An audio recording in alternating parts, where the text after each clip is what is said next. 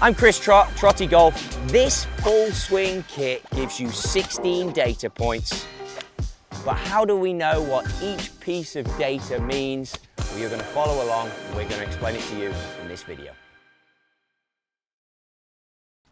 As you look down at your data points, there's a lot of information, but one of the first places to go is going to be club path. But it's important that you get everything set up correctly. A little tip for you when you're out practicing, you've got a beautiful range like this with multiple targets. Let's get ourselves orientated to the correct spot. I've got an alignment stick down, setting me up to that blue flag out there. I've got my full swing kit 10 feet behind. That's important so it can capture the data. But also you'll notice at the bottom there's a cog that you're going to press. Once you go into that, you're going to set a new target. And you'll see there's some parameters here. I have my golf ball, and this is a live picture you can see as I move the golf ball. I want to get it as close as possible, find myself a good lie to that middle solid line. That is going to be our ball to target line. You can see I've got a right parameter and a left parameter when it comes into setting myself up. You want your golf ball to be inside those areas in order to give you some accurate data. Set target line.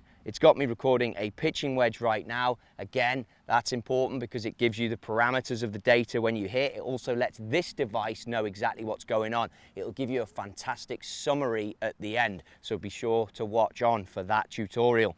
But path in itself is all going to be in relation to that ball to target line. That shot I've just hit, 0.5 to the right. What does that mean? It means as the club moves through space and it comes through this hitting area, it's actually going 0.5 degrees out to the right of target. So we deem that as this is the inside, that is the outside. I'll give you another example, just fire one down there, just a regular golf shot.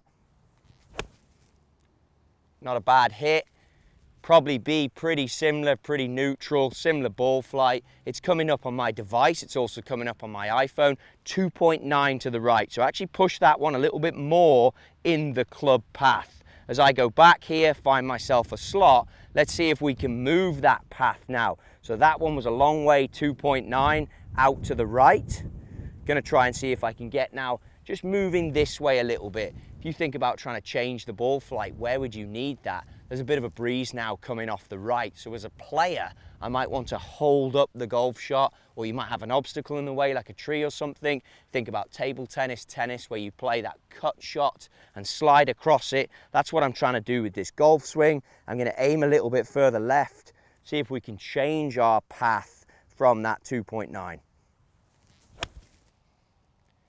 And you can see the ball moves a hair from left to right in its flight. Obviously this is a pitching wedge, but the information I'm key and want to know, minus 1.1 left. So now it gives you a negative number, which means you're swinging to the left versus the positive to the right.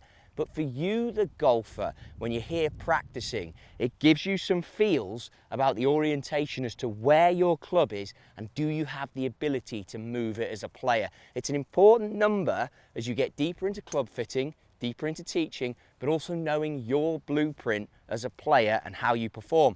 If you consistently move 1.1 to the left, obviously there's some other numbers we're going to dive into, but if they're in the right place, totally acceptable. It'll give you a certain ball flight.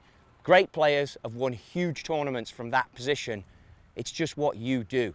Don't be afraid, doesn't have to be on zero, but if you do have the ability to move it to the left and move it to the right, it's a great skill set for your toolbox as you as a golfer.